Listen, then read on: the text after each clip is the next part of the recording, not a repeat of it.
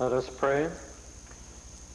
As Canadians and as Albertans, we give thanks for the precious gifts of freedom and peace which we enjoy. As members of this Legislative Assembly, we rededicate ourselves to the valued traditions of parliamentary democracy as a means of serving our province and our country. Amen.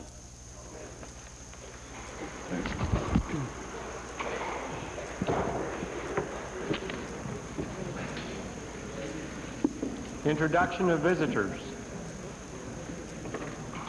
Presenting petitions. The member for Calgary Northwest. Containing some 1,700 signatures. This petition, Mr. Speaker, is signed by people from the residents in the community of Hawkwood, located in the constituency of Calgary Northwest, and it asks that the community of Hawkwood be given priority consideration for construction of an elementary school.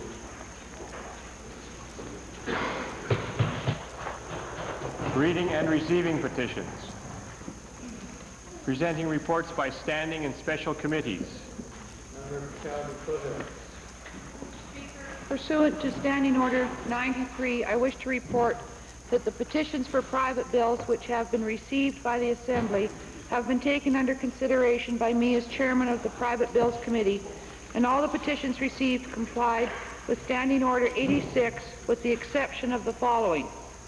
The petition of the Young Men's Christian Association for the Young Men's Christian Association Tax Exemption Amendment Act 1990, and the petition of the Société de Bénéfice Sharif for the Société de Bénéfice Sharif Tax Exemption Act.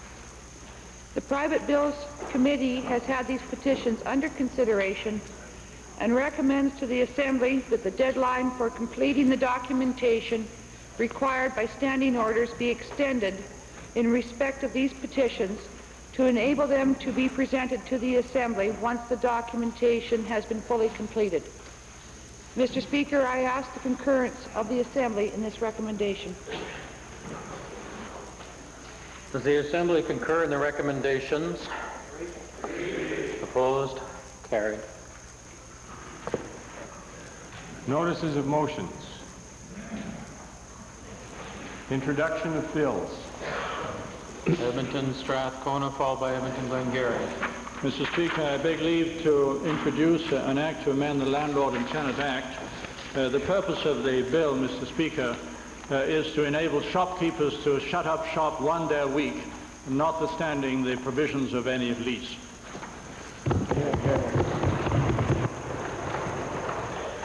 The honourable member for Edmonton Strathcona has moved first reading of Bill 282, an act to amend the Landlord and Tenant Act number 2. Those in favour of first reading, please say aye.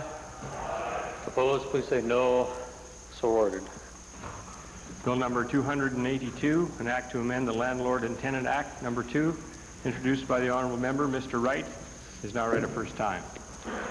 Edmonton Glengarry. Mr. Speaker, I beg leave to introduce for first reading Bill 218, bill entitled the Agricultural Resources Conservation Board Act. The purpose of this act is to preserve and protect agricultural farmland in Alberta. The honourable member for Edmonton Glengarry has moved first reading of Bill 218, Agricultural Resources Conservation Board Act. Those members in favour of first reading, please say aye. Opposed, please say no. Carried. Bill number 218, Agricultural Resources Conservation Board Act, introduced by the honourable member, Mr. Decor, is now read a first time. Tabling returns and reports. Member for Edmonton Jasper Place. Mr. Speaker, I wish to file 4 copies of correspondence which I referred to in question period yesterday on some fish samples from the Wapiti River which were taken in 1986 for analysis for mercury content. So far the letters are running 2-to-1 in favor of the proposition that the fish are still available for testing. I have also some written questions to table on the same subject. Minister of Health. Speaker, I would like to go with the Assembly response to questions 230 and 236, outstanding from last year's sitting of the Legislative Assembly. Edgewater Andrew, followed by Grand Prairie. Mr. Speaker, I wish to table additional documents which should have been tabled yesterday when I was making my point of privilege, and I have sent copies of these documents to the honourable member for Stony Plain. Barry. Mr. Speaker, the Northern Alberta Development Council is happy to file 4 copies of Trends in Northern Alberta, a statistical overview 1970-1990.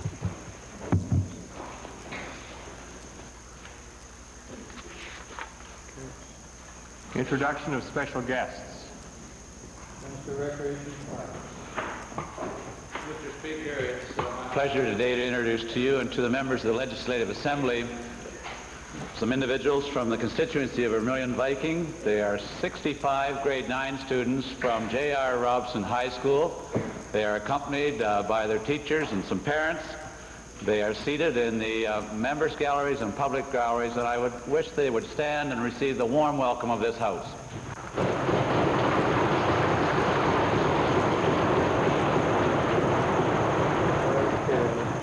The Deputy Speaker, the member for Drumheller, followed by the Minister of Family and Social Services. Mr. Speaker, the Alberta Legislative Intern Program started in the fall of 1974. The purpose of this program is to provide Alberta graduates with an opportunity to experience firsthand the functioning of Alberta's Parliament and at the same time provide members with exceptionally competent assistance in research and in work for their constituents. Petro-Canada and Canadian Airlines have donated money and airfare to enhance the travel portion of the program, which includes visiting the House of Commons. Seated in your gallery, sir, today are this year's legislative interns. They are David France, Leslie Duran, Thomas Neufeld, and Shelley Russell. And I'd ask that they rise and receive the warm welcome of the Assembly.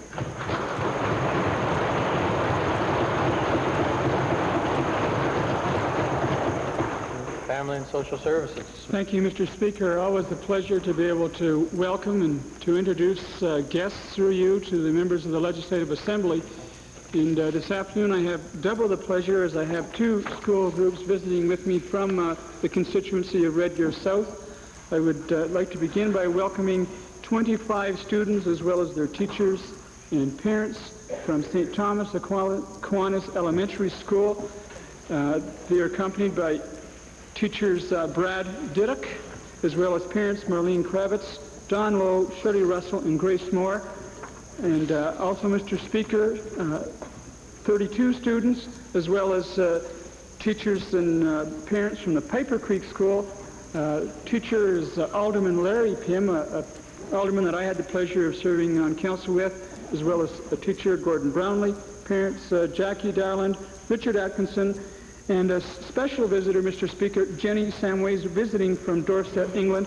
They are seated in the public and the members' gallery, and I would ask that they rise and receive the warm welcome of this Assembly.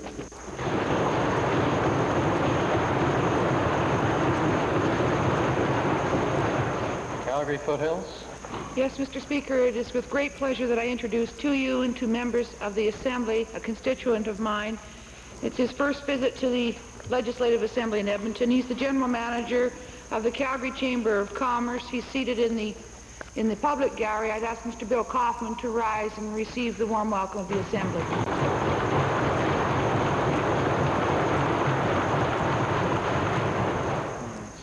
Member for Highway.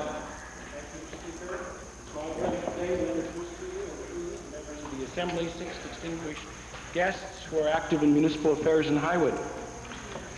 Her Worship Sandy Kennedy, Mayor of Okotoks, His Worship Eldon Cooey, Mayor of High River, His Worship Gordon Jones, Reeve of the Municipal District of Foothills, Dr. Ed Sands, Member of the Board of the High River Hospital, Dr. Grant Hill, Chief of Staff of the High River Hospital, and Mr. Lawrence Migland, Administrator and Director of the High River Hospital. They're seated in the members' gallery, and I'd ask them to stand and receive the warm traditional welcome of this House.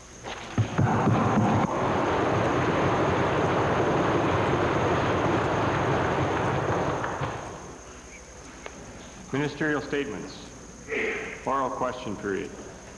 Mr. Speaker, I'd like to direct my first question to the Minister of Family and Social Services. Mr. Speaker, last night the Minister confirmed what Albertans have known all along, that this government just doesn't care about families living in poverty. Hear, hear. Mr. Speaker. Last night in estimates, Mr. Speaker, the minister asked if New Democrats wanted the government to close food banks down and implied that the food banks would be angry if that happened, Mr. Speaker. This minister still doesn't understand the fact that the province of Alberta has to have food banks is a disgrace. The fact that most of the people attending them, the fact that most of the people need those food banks are women and children, that's also a disgrace, Mr. Speaker. Hear, hear. My question, and I also say to this minister, first of all, people who run the food banks are not there because they want to be, Mr. Minister. Hear, hear. My question, when will the minister realize that business is booming at the business booming at the food banks is not a good thing for this province, Mr. Speaker? When will he realize that? Mr.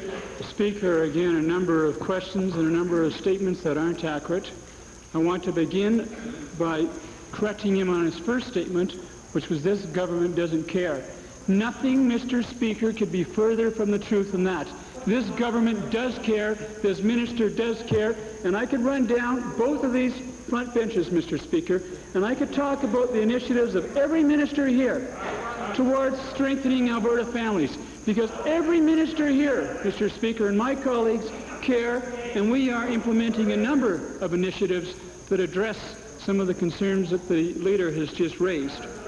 To suggest that we don't understand, Mr. Speaker, again, nothing could be further from the truth. Clearly, we understand the complexity of poverty. Clearly, Mr. Speaker, we recognize the challenge that's before us. We recognize that it's not a challenge that we're going to face alone. We recognize that Edmontonians and Albertans are prepared to work with us. We recognize that it is, as I say, Mr. Speaker, a very complex problem.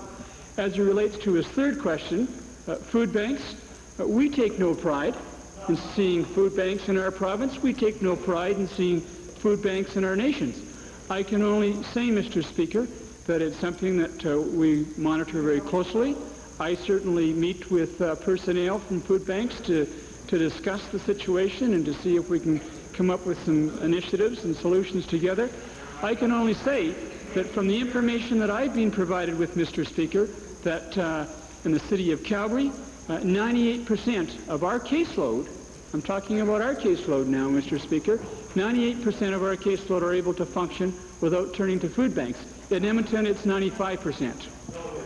Mr. Speaker, that's absolute nonsense. I'll tell the minister the truth here, Mr. Speaker, if he wants to hear it. Mr. Speaker, we checked these figures in Edmonton, Calgary, and the minister's own city of Red Deer. Some 17,000 poor people used the food banks in January, Mr. Speaker, poor people and their families. That's the truth, Mr. Minister. Right. And I say to him, as an Albertan, I'm absolutely disgraced and I'm embarrassed that this is happening in our province. Hear, hear. And I want to say to this minister, how does this minister justify these tragic numbers of people forced to go to the food bank? How does he justify that, Mr. Speaker? Can't. Well, again, Mr. Speaker. Please. Mr. Minister. Again, Mr. Speaker. Order, please. You have difficulty hearing in here? Thank you very much. Again, Mr. Speaker, a very complex problem. I would want to quickly outline some of the things that we as a government are doing to address this. To start with, almost $1.4 billion being spent in my department alone. But we recognize that it's important, certainly, Mr. Speaker, to be able to provide those essential services to Albertans that need it. But it's also important to be able to provide them other options as well. We have, as the member knows, we have worked extremely hard as a government in terms of employment opportunities. And here in our province today, we see a record number of jobs, Mr. Speaker, and not just jobs, but good jobs. We have the second highest average weekly earnings in all of Canada. Our diversification initiatives are important to low-income Albertans. Mr. Speaker, I could talk about our health system and the fact that the health minister has... Let's keep the food banks, please. Food banks. Mr. Speaker, the minister can talk all he wants, but the facts are that those 17,000 families are going to food banks, Mr. Speaker. Mr. Speaker, this government is going to go down in history as the ones for bringing Alberta back to the dirty 30s. The soup kitchen minister, Mr. Speaker. The soup kitchen minister. Mr. Speaker, I want to ask this minister a serious question from the poor people of this province, Mr. Speaker. What is it going to take to convince this government that their policies are the problem and the food banks are the result, Mr. Speaker? Mr. Speaker, I've learned to understand and appreciate the doom and gloom that the leader of the opposition likes to advocate. I know that it's difficult for them to come down from those dark black clouds that seem to hang over their benches. But I want to say, Mr. Speaker, that we have a brighter outlook on Alberta. We have a greater sense of confidence in Albertans being able to respond to these needs and these challenges. We have a greater sense of confidence in the 90s than the leader of the opposition has. I can only say that we're going to, as a government, continue to fight poverty, to continue to offer leadership and direction, and continue to work in partnership with all levels of government and community agencies. And together, Mr. Speaker, we're going to come up with some long-term effective solutions and answers.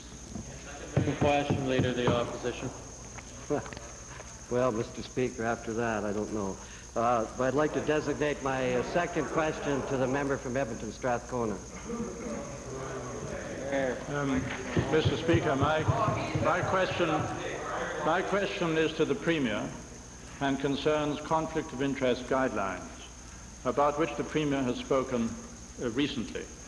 And I'm sure that the Premier would agree with me, Mr. Speaker, that as a leader of the government party, he is responsible for the conduct of his members in the execution of their duties. And my question, Mr. Speaker, is this: would the Premier please outline for us the procedures that he would follow in the event that he perceives a conflict of interest situation arise with members of his own party? Well, Mr. Speaker, obviously these matters would all be dealt with in the context of the situation. I couldn't go into specifics on something that is hypothetical.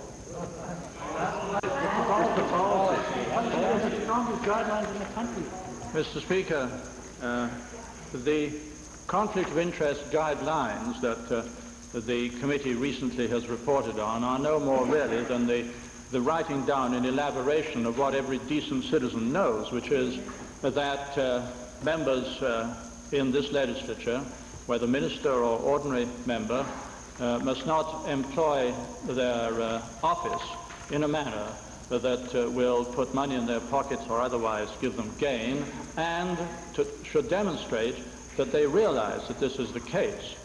My question, Mr. Speaker, is how confident is the Premier that the party of which he is head, whose members are in this legislature, in fact are abiding by this rather simple rule? Well, Mr. Speaker, very confident, without a doubt. But I'd also agree with the honourable member that he is expressing a general framework of conflict of interest rule.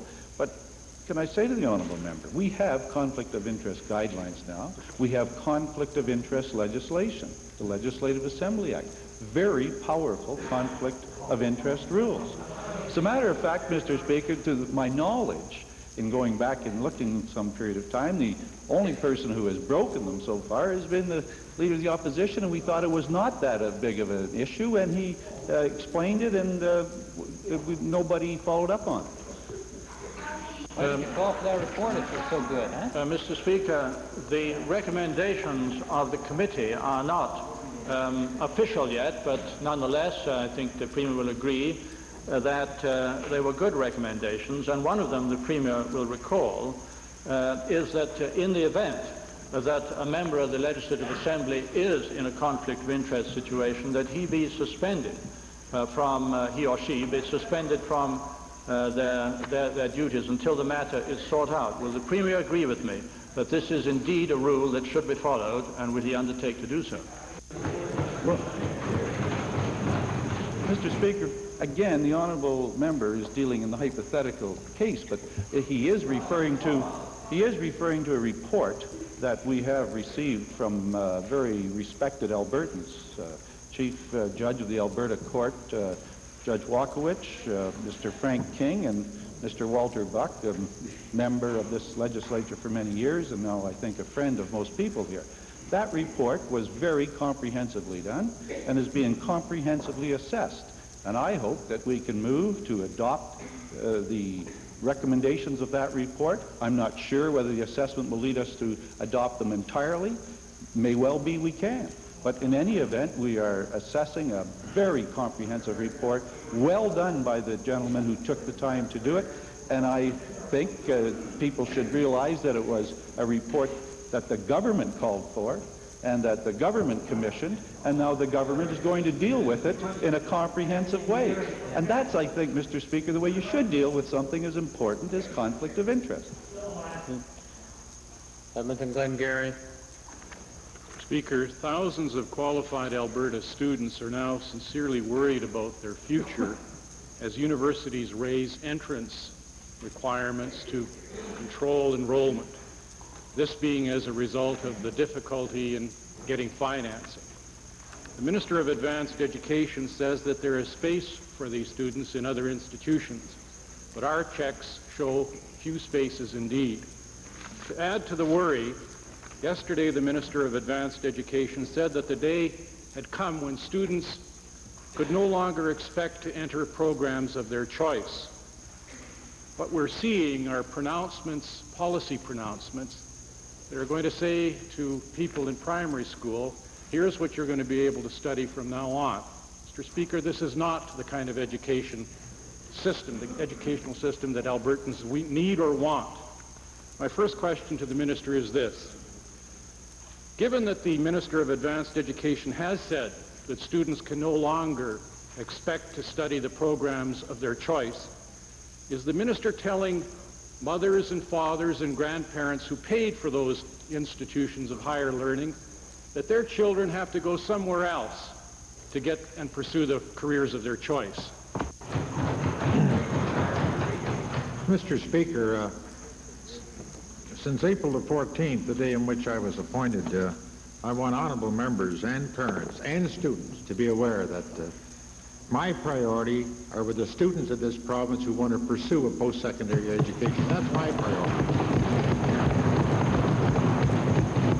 The success, Mr. Speaker, of our post-secondary system, of which, and I know the honorable member doesn't want to continue to hear it, commits $1 billion of taxpayers' money. It's very successful. We recognize, because of that success, some of the institutions are having difficulty accommodating students.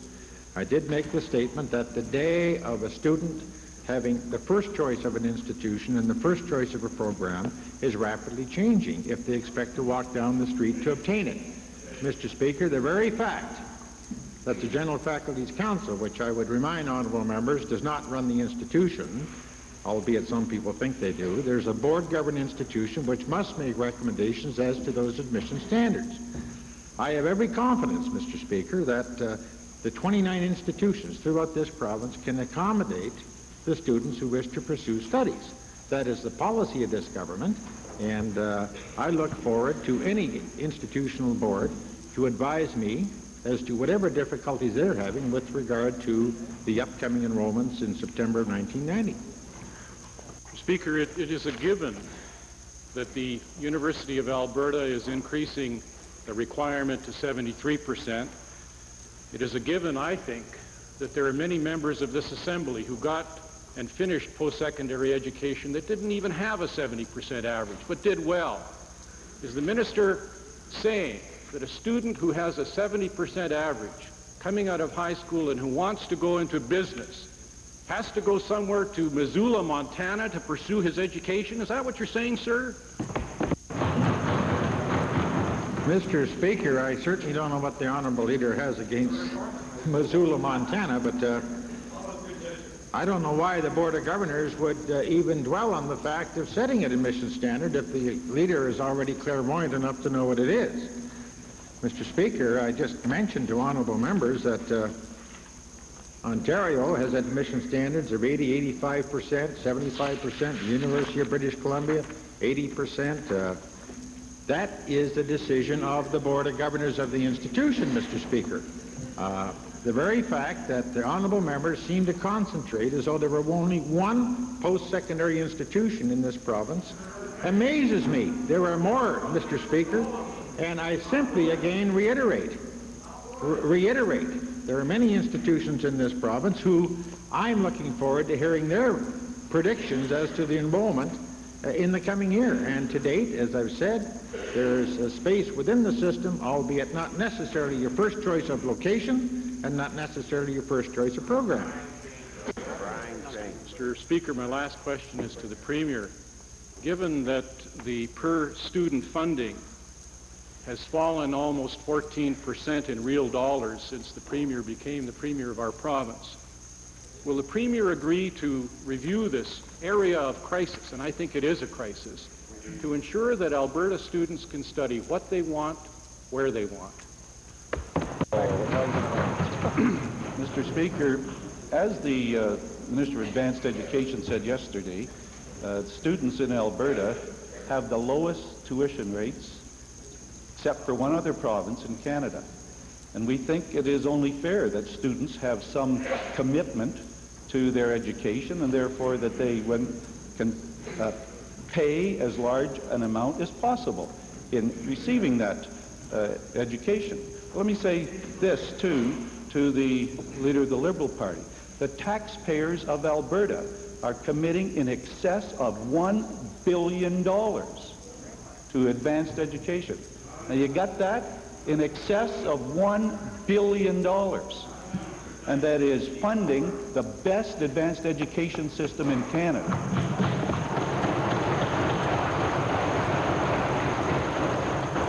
Smoky River, followed by Edmonton Calder. Thank you, Mr. Speaker. In past years, grain farmers have, in Alberta have been able to rely on early announcement of initial grain prices.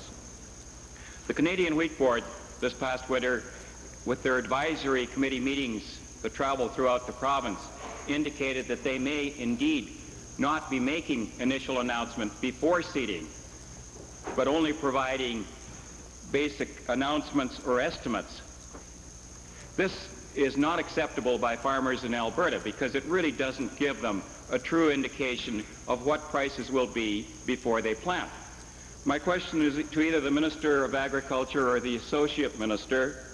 Would you please provide this House and the farmers of Alberta, will initial prices be announced before seeding, or will we only receive estimates?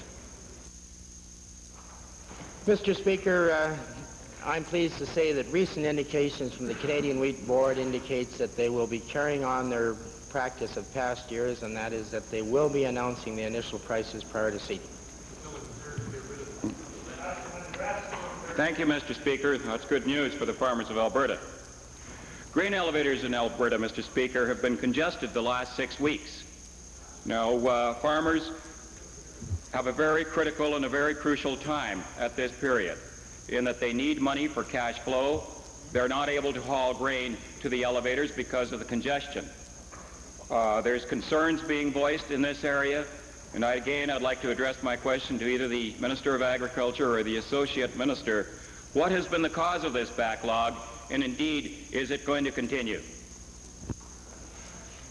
Mr. Speaker, the primary cause of the backlog has been the lateness of ships arriving at the port in Vancouver. It's my current information that the ships are arriving and that the backlog will be cleaned up in the near future. Edmonton Calder.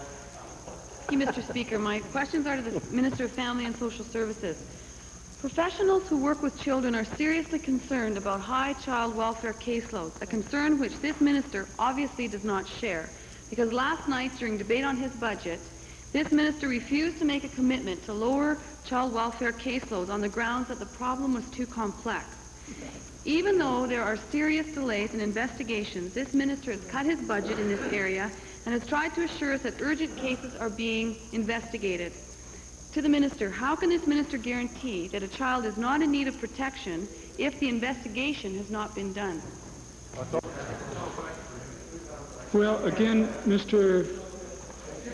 Speaker, some inaccurate conclusions. I'd want to point out that our budget hasn't been cut. In fact, in child welfare in this province. We are spending some $137+ million per year, and that particular budget is up 5.4% this year alone. Mr. Speaker, I know that the member would want to be sensitive to the negotiations that are going on at this time. I know the member recognizes that one of the things that's been discussed through the negotiation process is caseloads. I would want to at least comment and say this, Mr. Speaker, that yes, I think that it is important to have caseload models in place, that we are committed to working with caseworkers across Alberta, again, Mr. Speaker, at addressing that very important issue. We've made considerable progress, and we believe by continuing to work together that we'll come up with some appropriate models. Supplementary, Mr. Speaker. The budget for investigations has been cut, if the minister cares to look at his own budget. The Child Welfare Act states that the province is obligated to investigate allegations of child abuse. Yet abused children are being told to wait for weeks before they can get help. During that delay, those children could be abused again. And to the minister, how long do we have to wait? When will this minister make a commitment to lower caseloads so that these children can get some help? Right on. Well, Mr. Speaker, we're always striving to lower caseloads, and we're doing that through a number of initiatives, a number of processes. The member seems to think that the only way to decrease caseload ratios is by increasing staff, and obviously that might be it might be part of the solution. But obviously, Mr. Speaker, it is more complex than just that. One way of reducing caseloads is reducing demand, and we're coming up with some very innovative initiatives, Mr. Speaker, to again work with municipalities and community agencies in addressing the needs of child welfare in this province. I just want to again say that we are working with child care workers, that we are trying to establish the model that is appropriate. But yes, Mr. Speaker, it is complex. I think the member knows full well that when you're dealing with child welfare, that no two cases are identical, that each situation is unique and has differences. Some can be dealt with very quickly, and some can take considerable period of time. So to just come up and say this is the magic number isn't an easy thing to do. I'm not sure, Mr. Speaker, if they're calling for a speech or not, but if they are, perhaps I could continue on. If not, Mr. Speaker. Calgary Northwest. Thank you, Mr. Speaker. In January of 1990, Nanton Water was placed into voluntary receivership when the Treasury branches called their loan, and that was in excess of $3 million at the time. In addition to that, the province of Alberta had some $800,000 worth of preferred shares that had been purchased in Nanton Water Company. Recently, an offer has been made to purchase the assets of Nanton Water for less than $2 million, which will result in the Treasury branches losing in excess of $1 million, as well as the $800,000 that was invested in this company. My question is to the provincial treasurer. Will the treasurer confirm that the province of Alberta now stands to lose a total of approximately $1.8 million lost in Nanton Water while the company now goes down the drain? I'm happy to confirm to the honourable member, as I did to the honourable member for Highwood, when he made such strong representations to make sure that Nanton Water did remain in Nanton, and I'm thankful for the strong representations that the honourable member for Highwood made some weeks ago on this very important issue. In response to the honourable member's question from Calgary Northwest, yes, we do have preferred shares of some $800,000, but it's too early to indicate what those losses might be. This was a very important component of our further diversification and support for rural Alberta. If the honourable member is suggesting we should not involve ourselves in these endeavours, I would appreciate his thoughts. Well, I made no such comment, but nonetheless, the question, my supplementary question, there would be, what policies and procedures, if any, does this government have when we spend taxpayer dollars in businesses and in the form of shares, loans, and loan guarantees given to private businesses? Mr. Speaker, our involvement is to encourage the further diversification of this province. And I will cite for the honourable member one program that we do have, our export loan guarantee program, which has had a success rate of 97%, which has done a considerable amount to further diversify our province. The $800,000 of preferred shares, of which we involved ourselves with Nanton Water, again, was part of our diversification for rural Alberta within the province of Alberta. Edmonton Whitemud. Edmonton Whitemud. Mr. Speaker, it's ironic that as we sit here, we begin our 11-day break tomorrow, which of course will allow us, those that choose to observe the religious significance of Easter Friday. However, Mr. Speaker, let me point out there are many, many Albertans who will not be able to observe this Friday, or for that matter, other religious holidays or their Sabbath day, because they are forced to work, and they are forced to work because of the unnecessary opening of shopping centers and other large retailers. Mr. Speaker, this government dealt with this issue a few years back by dumping the whole matter into the hands of the municipal elected representatives. An unworkable solution to me, and a solution that was not very gutful. Mr. Speaker, to the Premier, would the Premier tell me when will this government take steps to ensure that all Albertans are able to exercise their constitutional right to observe their religious beliefs and not be forced to work on their Sabbath day and other religious holidays?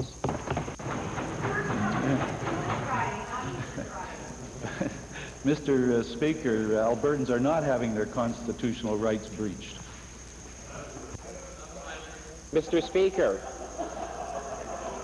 to the Premier, Mr. Speaker, is this government prepared to introduce uniform provincial legislation that would allow all Albertans that same right to observe their religious Sabbath days and other religious holidays that so many of us take for granted? Mr. Speaker, I do remember that the honourable member worked in the area of municipal politics. I do remember that the government of Alberta, and some time before I came back into public life, gave the municipalities the option to determine on an individual democratic basis whether they wanted to be open or closed on certain shopping days. And I do remember that those who were in municipal office in Edmonton, and particularly the honourable member, didn't have the nerve to deal with the issue. That's right. Wainwright called by Edmonton Jasper, please. Order, please. My question is to the Minister of Recreation and Parks concerning your recent visit to Russia. As we all know, the socialist walls have been crumbling in Eastern Europe, creating tremendous turmoil creating tremendous turmoil and uncertainty. And I realize that both recreation and culture is an important means of building friendships and breaking down political barriers. But I would like to know what sports agreement was signed with Russia. Well, Mr. Speaker, the socialist walls are coming down slowly, I'm sure to the disappointment of certain members in the opposite.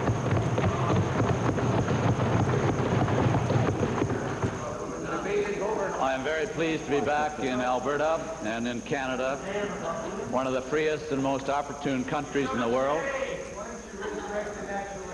In November of 1989, the minister responsible for federal and intergovernmental affairs signed a memorandum of understanding with the Russian Soviet Federated Socialist Republic.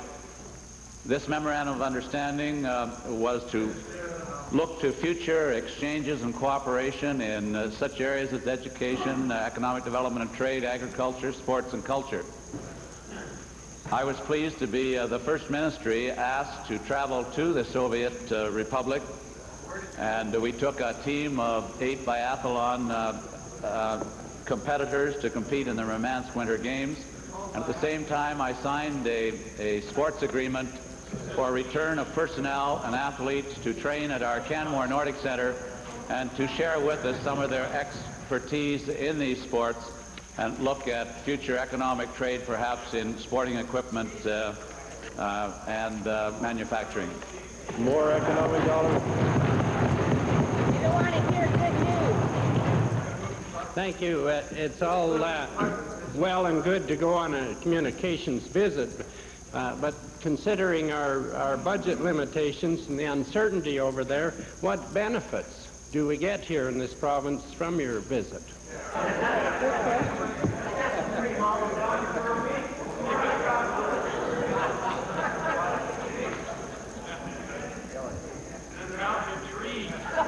For thousands of years, Mr. Speaker, I guess breakthrough between two countries and cooperation and trade and that has been done through culture and sports. But we do some $298 million worth of business at the present time with the Russian Soviet Federated Socialist Republic. And the future of this bodes well for looking at future trade agreements with them in certain areas, like I said, sports or agriculture, what have you. But we have to understand that this country, and you laugh about it, but this country, through perestroika and glasnost, is trying to break out of the communist rule, the socialist thing that has taken away their freedoms. Something we don't want in this country, and something that we see over here. Order. Order.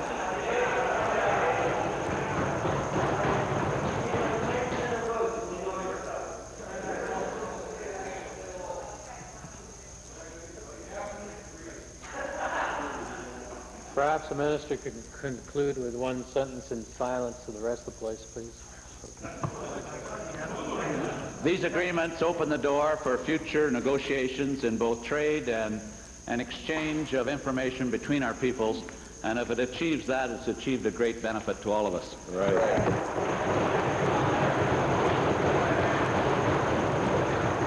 Evans and Jasper, please. Mr. Speaker, the Minister of Recreation and Parks wouldn't know democratic socialism, but it hit him in his own riding. And he will. There. It's coming. It's coming. The honourable member is now dealing with another question. The chair assumes it's not a matter to get up and do some back chat in response to a response to a previous question. Let's have the question. Thank you very much. Thank you.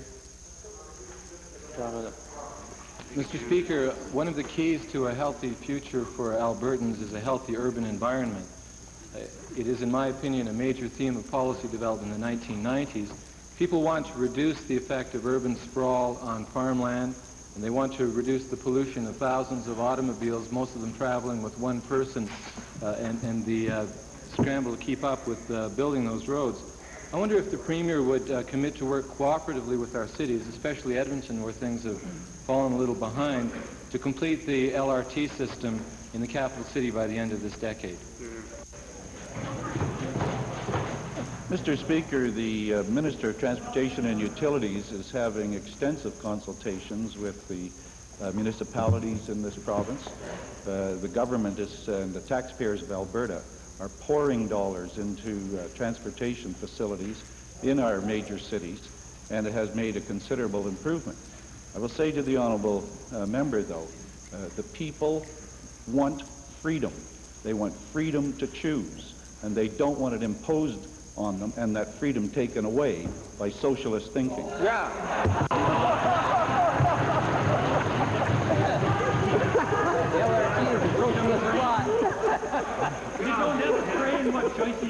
I will resist the temptation to explain democratic socialism to the Premier. I do appreciate the Premier's answer, though. At the present rate of provincial government funding, it will be the year 2000 before the present leg across the university goes through the Crawford Centre to Southgate. It will be well into the next century before the important links out to the West End, Jasper Place, and Mill Woods will be completed. And I wonder, in the spirit of cooperation that the Premier mentioned, if he would consider a new partnership to expedite. There's a proposal, I understand, from the city to connect the two government centres, the Crawford Centre and the one here, by the year 1994, and then to branch out in both directions and to complete the system. Will you have a look at that, please? Well, Mr. Speaker, I can assure the honourable member that in the consultations that the Minister of Transportation and Utilities is having with the city, that those matters are looked into. But let's be very clear.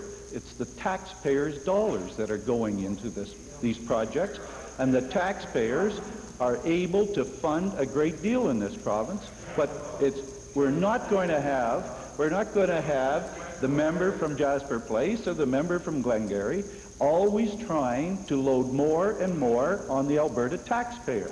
We care about the Alberta taxpayer, and we're going to make sure that doesn't happen.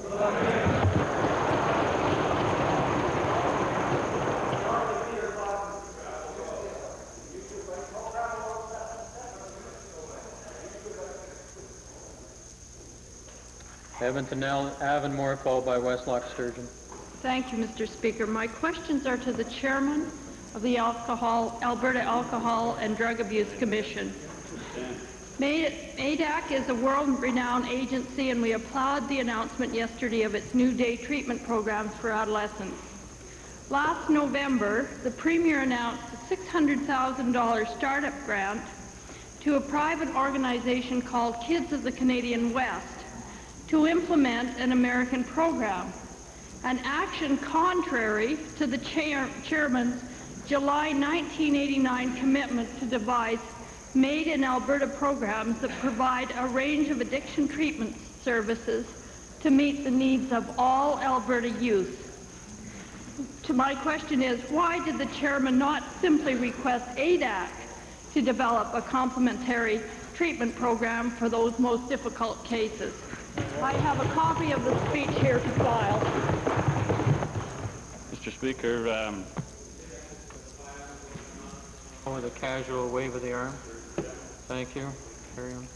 Mr. Speaker, first of all, we're extremely proud that ADAC has put together and made an Alberta program that is facilitating most of our youth, and will have the capacity to extend to most of the youth in Alberta a program that they will be able to access and become well, and also be educated, and of course we'll have programs that will be able to prevent children through their education to not get involved to the extent of addictions that we wish them not to.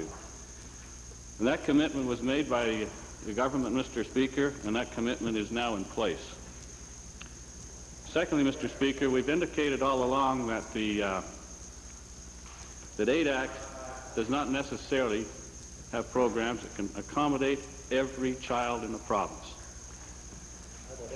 And as such, Kids of the Canadian West approached ADAC to see if we would be able to support them in some way. And through an extensive examination of the program and the people involved in Calgary with the Kids of the Canadian West, we asked the government to assist in supplying an equal amount of dollars to those monies that would be raised from the private sector by Kids of the Canadian West on a one-time funding only. The program, Kids of the Canadian West, is self-financing from that point on. We have the checks and balances in place that we still support the program, and we believe that there is a place in our community to have Kids of the Canadian West function as a tremendous tool in conjunction with ADAC's programs to enhance our young people in Alberta.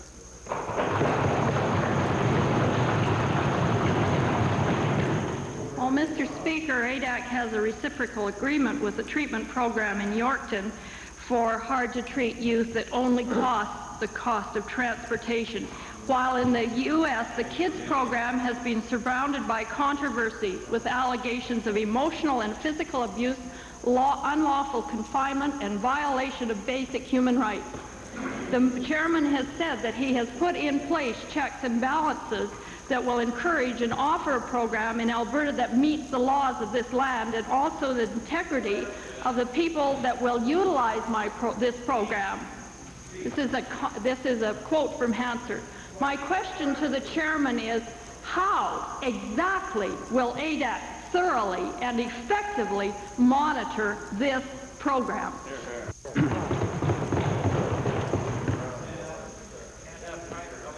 Mr. Speaker, I appreciate the opportunity to discuss the program, certainly.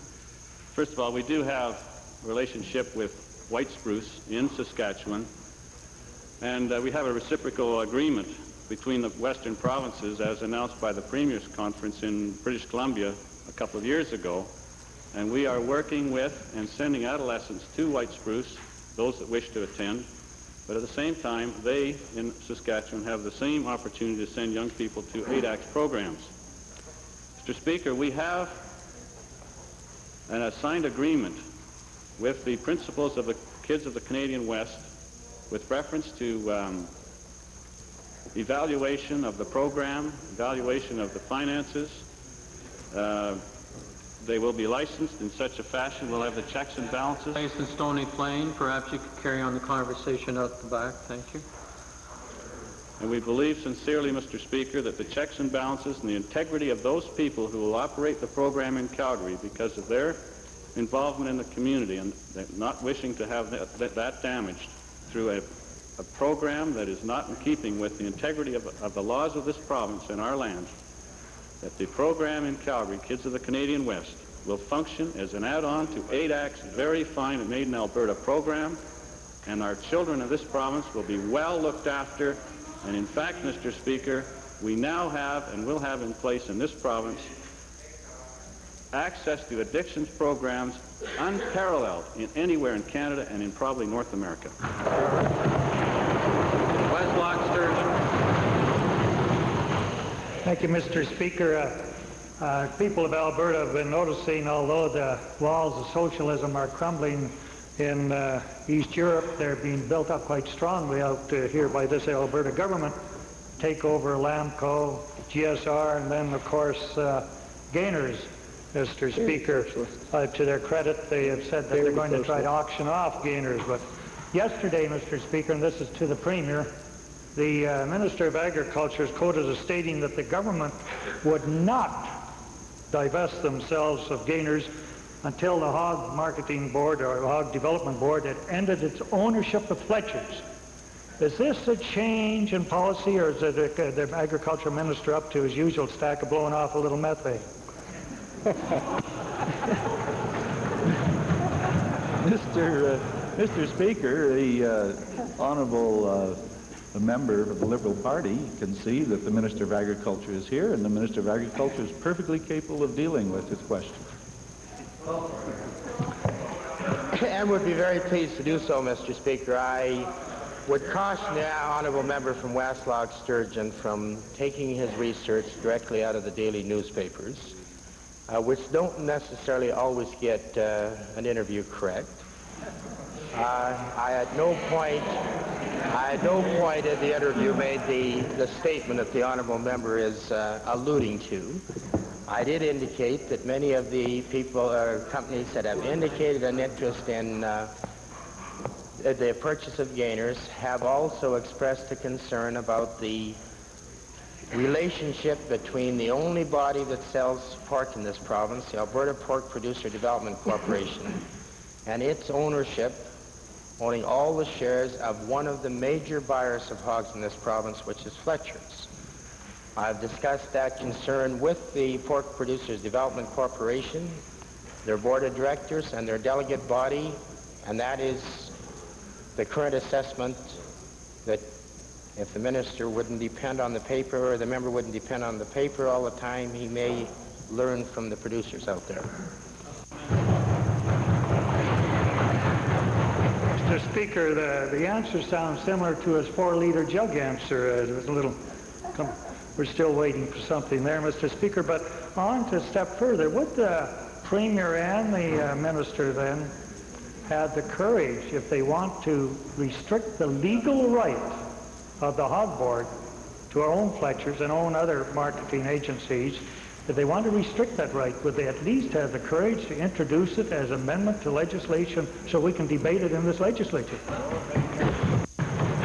Mr. Speaker, if that is the action that the honourable member would like debated in the legislature, he has the full right to bring an amendment into the Marketing Act, and I will and other members on this side of the House debate the matter with them. Dear North. The question is to the chairman of the Professions and Occupations Bureau. Might we have unanimous consent of the House to complete this series of questions? Agreed. Opposed? Carried. Thank you, Red Deer North. Thank you, Mr. Speaker. The Association of Professional Engineers of Alberta is a distinguished group with a good name. However, recent difficulties have arisen between the association and some Alberta graduates of Montana Tech. The Montana Tech engineering program is fully accredited by both the U.S. Accreditation Agency and the National Canadian Accreditation Agency, but a number of these students were informed without warning near the end of their program that they would no longer be granted their certification when they returned to Alberta. Has the chairman of the Bureau of Professions and Occupations made any headway with APEGA in dealing with this apparent injustice? I have met with the Montana Tech graduates, and they had told me that they were assured by APEGA that they would receive professional status once they graduated. And the Montana Tech School is still an accredited post-secondary school by the American Board of Engineering Technology as well as the Canadian Accreditation Board.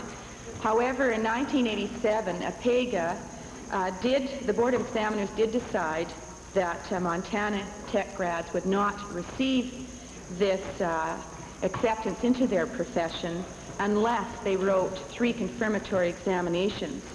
Mr. Speaker, this decision was challenged in the courts March the 4th, 1988, upholding APEGA's decision. And I have met with APEGA and their executive, and their explanation was that the current curriculum at Montana Tech does not meet the University of Alberta standards for professional engineers. And this is endorsed by the Department of Public Works, and the minister may want to make some comments on this. But it is a decision that we in government cannot change. Well, Mr. Speaker, the fact remains that both accrediting agencies, U.S. and Canada, have accredited the Montana program, but these students have been informed arbitrarily that they'll have to take considerable time off of work now at considerable financial hardships to face a fairly formidable battery of examinations. It's interesting to note that the chairman of the Board of Examiners also happens to be the Dean of Engineering at the University of Alberta. Will the chairman be addressing this apparent conflict of interest, which I don't think is enjoyed by any other professional group in the province? Mr. Speaker, there is currently a policy underway by the Bureau of Professions and Occupation examining the appointment of Board of Examiners by professions. And it is the policy that I hope will come forward shortly that addresses an arm's length Board of Examiners from government, such as the University Coordinating Council. But as far as the Montana Tech graduates, they will still have to write the 3 confirmatory examinations, and there is no change in that status. As well. There does not appear to be a conflict of interest with respect to this matter. Since 1981, the University Governing Council has asked APEGA to deal with these matters. And the matter deals with more than just graduates of Montana Tech. It also refers to graduates of the University of Alaska, the University of Wyoming, the University of Tulsa, and New Mexico Tech as well. With these, as time goes by, each university and each school in North America changes their standards. And since 1986, APEGA has clearly had standards which protect not only engineering interests of the people of Alberta in this province, but also the profession as well. And since that time, some 26 to 28 students who are graduates of Montana Tech and these other facilities that I did mention have written confirmatory examinations, and some 16 to 18 of them are now successfully practicing the profession of engineering in the province of Alberta. Thank you. Before we go on to a number of other House matters, could we have unanimous consent to revert to the introduction of special guests? Opposed? Carried. Thank you. Edmonton Strathcona. Monsieur le Président, je veux introduire 8 étudiants du faculté Saint-Jean de la circonscription de Edmonton Strathcona, assis à la galerie publique avec le professeur M. Jean Cormier. Peut-être les membres les donneraient nos bons accueils aux façons usuelles.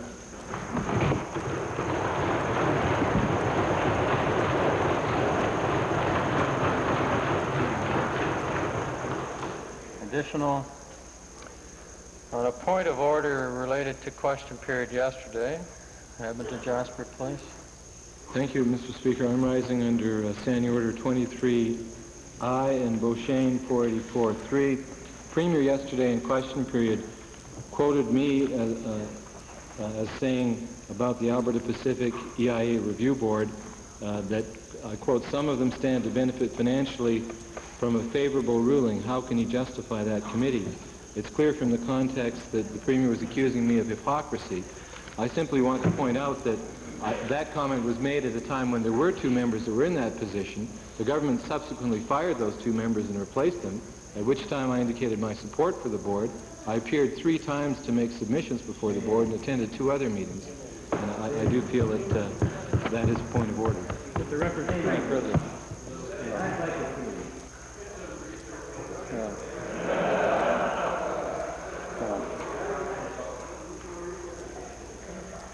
Chair does not regard this as an appropriate point of order. It certainly can be construed as a difference of opinion between 2 members. And of course, the other matter fails is that the matter is not being brought forward at the earliest possible time. The chair recognizes the member for Edmonton Highlands with respect to purported point of privilege. Thank you, Mr. Speaker. I take it that you would like me to proceed at this point then with my point of privilege. I'll read into the record what I wrote to you earlier today. Yesterday, 10th of April 1990, the Honourable Member for Redwater Andrew filed copies of documents he indicated supported his perspective on a point of privilege he brought before the Assembly. I note filed because the Honourable Member said table with respect to the documents. However, Votes and Proceedings, 10th April 1990, records the action as a filing. Once a member tables or files documents, they are public documents. Access to them cannot be denied. As the Speaker did not rule the tabling or filing out of order, the documents are deemed tabled or filed and are documents of the House as well as public documents. The privileges of the Legislative Assembly of Alberta were violated when the Speaker did not, A, allow the documents to be laid on the table, B, allow members of the Assembly to look at the documents. This matter is clear and stands on its own merits. It needs further to be noted that in this particular instance, the matter is exacerbated by the fact that the member who is alleged to have violated the privilege of the member for Redwater Andrew was denied access to a public document which was offered in support of the latter's argument of privilege. Mr. Speaker, I would cite for reference Standing Order 37 and also Beauchesne 113 as the critical references. I checked earlier today with Parliamentary Counsel in the House of Commons to see if, to his knowledge, any such instance of documents having been filed or tabled and having been implicitly accepted by the Speaker were denied to members of the Assembly, whether provincially or federally. He said no. I requested of the Speaker yesterday in a phone call at 4:10 p.m. to have copies made available. I was denied. I called the Legislative Assembly last night and talked to the Journal's clerk at 10:15 p.m. I asked her if the documents had yet been laid on the table for the purposes of recording in Votes and Proceedings. She said no. I asked my executive assistant this morning to go to the Speaker's office to again request the documents which are rightfully the possession of this House and every member herein, as well as rightfully accessible for any member of the public in a parliamentary democracy. I was again denied.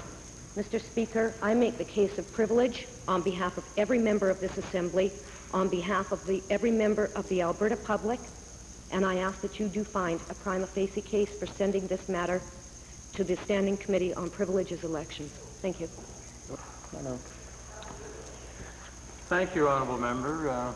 There will be a few points to be clarified in your additional comments. The member for Edmonton Highlands has raised a matter of privilege with relation to the chair having withheld the release of the documents tabled yesterday by the member for Redwater Andrew during his raising a purported point of privilege. This matter has been raised at the earliest opportunity, and the chair would like to thank the honourable member for having given proper notice. I'll pause here from the prepared text and point out that the honourable member has said that at 4:25 yesterday afternoon, the member was denied access to the documents. In actual fact, at that time, the comment was made that the chair was studying the material, and the material would be made available. Again, on the matter of 10 p.m. last night, that information was not conveyed to the speaker until about 10:30 this morning. The speaker was not in the House last night due to other commitments. Again this morning, the executive assistant to the House Leader for the New Democrats requested the information, and again, the matter was not denied. In fact, the chair said the material would be made available at a meeting that was scheduled for 12 o'clock today between the member for Redwater Andrew and the member for Stony Plain. And at that time, the document would indeed be made available. That's quite different than being denied. However, let us continue. Before ruling on this matter, the chair would like to bring to the attention of the House some special circumstances with regard to this particular filing. Firstly, as it relates to a matter of privilege, the protection of members' personal rights has to be considered as well as the rights of all members of the House. Secondly, it appeared to the chair there might be a discrepancy between the member's description of the document filed and its precise nature. On examination, it turned out that this discrepancy was that the document filed was a notarized copy of a faxed copy, not the title itself, and the notarial certificate itself had irregularities. In an attempt to protect the interests of all members, the chair took some time to examine the documents to clarify irregularities so that other members would be assured of the integrity of the documents. The documents were in fact unavailable to other members for the balance of yesterday, that is true, and were released and distributed this morning. The chair regrets that this took longer than anticipated and further apologizes that some members' interests may have been impeded. This was not the chair's intention. And on reflection, I would admit the decision to withhold the release of the documents was an error of judgment. The chair would like to make very clear that it will be the practice of this House in future to allow members to assess the integrity of all documents tabled in the House for themselves. Regardless of the chair's intentions to protect members' interests by this intervention, it is nevertheless the duty of the chair to rule impartially whether a prima facie case of breach of privilege has taken place. The chair now rules that the member for Edmonton Highlands has indeed raised a prima facie case of breach of privilege. The chair now submits itself to the House as to whether any future steps are to be taken in this matter by putting a motion on notice. Should that occur, the Deputy Speaker will take the chair to deal with the matter at that time.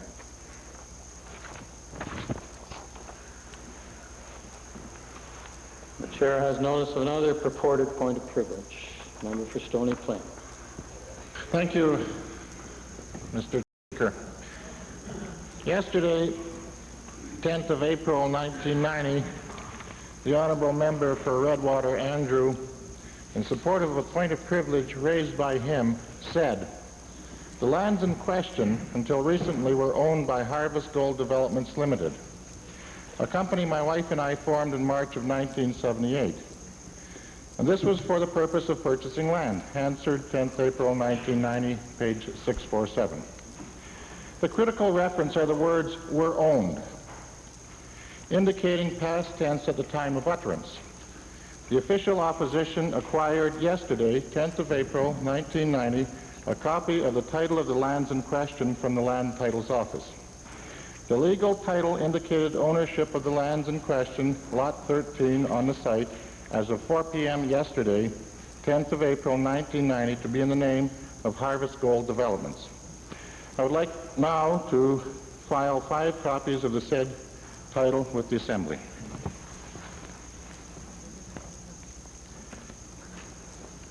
The member for Redwater Andrew made a categorical denial that he ever used his position as a member of this legislature or this legislative assembly to exert influence or to persuade any town or municipal officials with respect to future development of these subject lands. The veracity of that statement and indeed the subject matter of his alleged point of privilege are now placed in grave doubt. As a search this morning at the Land Titles Office showed that the title was transferred this morning to Orest Tichkowski. I possess a copy of the title which so demonstrates and will now file copies of that certificate of title with the Assembly.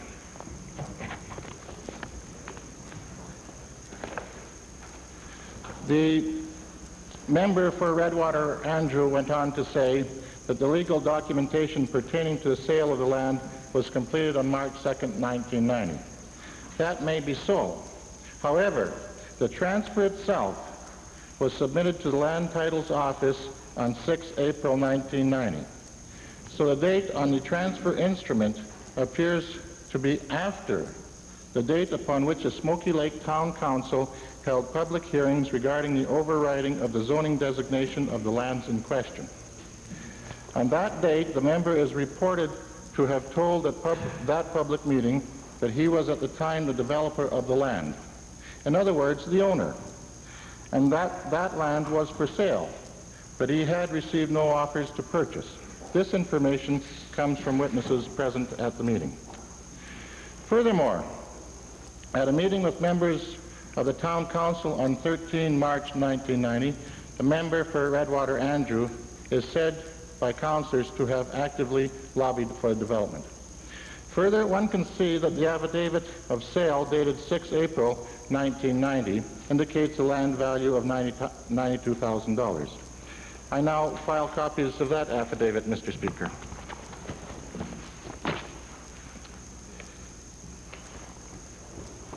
The transfer of the land which was registered today shows a consideration as $1 and other considerations. $1.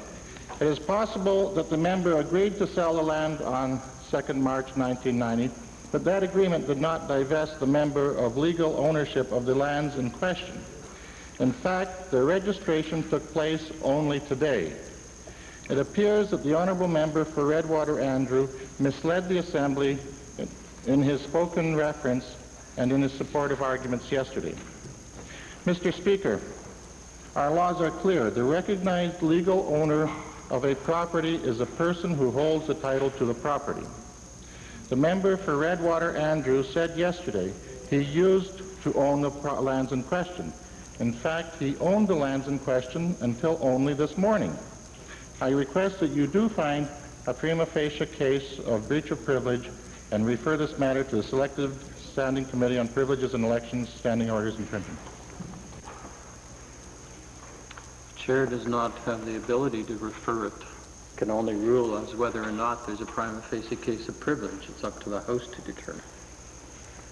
Additional speakers with regard to this purported point of privilege, the honourable member for Redwater Andrew.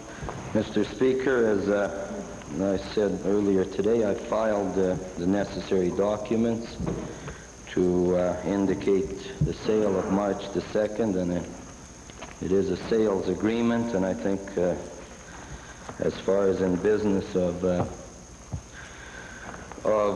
law and transfer of properties, I think a sales agreement is binding. Today it's signed, and there was a sales agreement filed as in the House indicating March the 2nd was the selling date with possessions and adjustment of taxes and everything else on that date.